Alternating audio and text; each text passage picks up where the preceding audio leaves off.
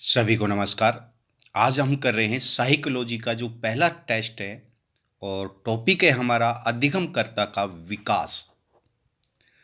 अधिगमकर्ता का विकास। अगर आपको ये क्वेश्चन छोटे नज़र आ रहे हैं, ये वीडियो छोटा नज़र आ रहा है, तो आप इसको बड़ा कर लीजिए, क्योंकि ये कोई विशेष नहीं है, एक नॉर्मल यूट्यूब पे चल रहा है। और जो ये क्वेश्चन है, इतने महत्वपूर्ण क्वेश्चन है कि आप खुद जब एग्ज़ाम देने जाओगे तो आपको खुद लगेगा कि वास्तव में वो क्वेश्चन की क्वालिटी क्या थी। प्रश्न पहला है, मास्टर ग्रंथि के नाम से जाना जाता है, तो पीयूष ग्रंथि को ही मास्टर ग्रंथि कहते हैं।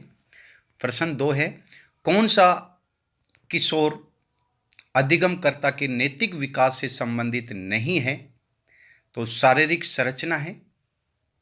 प्रश्न तीन है, संवेग क्या है, उत्तेजना भावना में परिवर्तन ही संवेग है।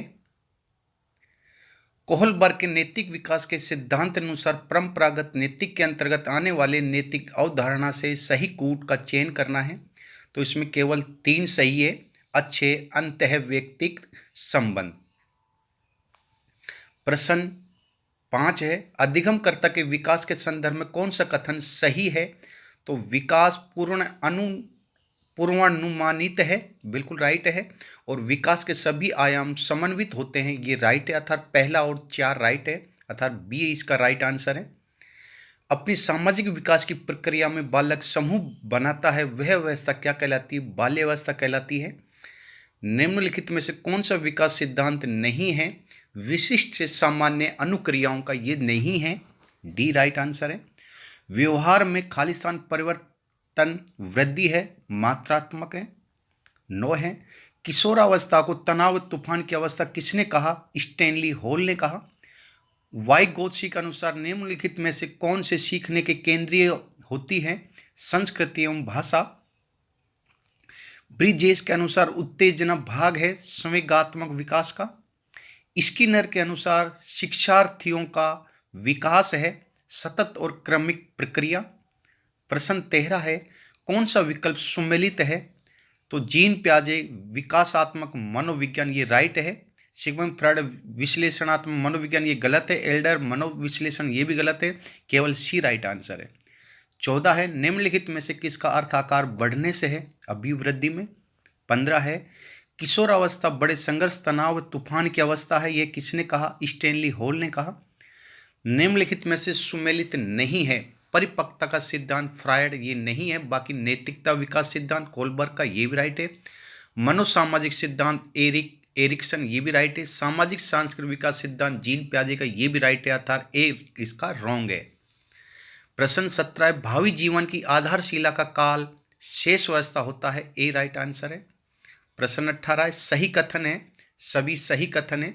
शेष अवस्था सीखने का आदर्श काल है, ये वेलेंटाइन ने कहा है।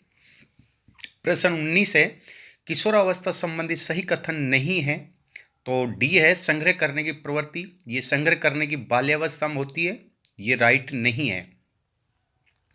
प्रश्न 20 है, वृद्धि एवं विकास का मुख्य सिद्धांत है व्यक्तिक अंतर का।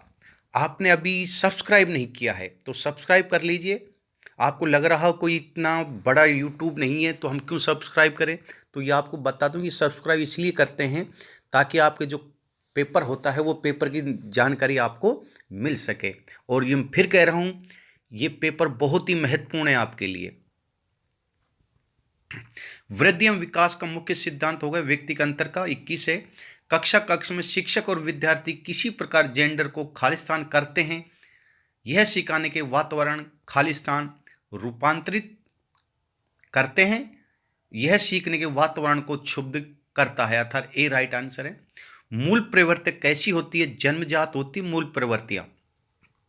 अभी फिर कह रहा हूं, लाइक और सब्सक्राइब आप अभी आपने नहीं किया है तो आप लाइक और सब्सक्राइब जरूर करें, क्योंकि ये आपके जो रिट है और सेकंड ग्रेड है, सी टेट है, यूपी टेट है, एमपी टेट है, या कोई सा भी टेट हो, उसके लिए ये साइकोलॉजी बहुत ही महत्वपूर्ण है। और अभी जीके भी मैं शायद कुछ ही दिन में ये फर्स्ट ग्रेड का एग्ज़ाम हो जाए संस्कृत विभाग के, उसके जस्ट बाद में जीके भी साथ साथ स्टार्ट करूँगा, जो कि आपके हर एग्ज़ाम के लिए महत्वपूर्ण है। जो सी टेट के अब मेन एग्ज़ाम होगा उसके लिए भी,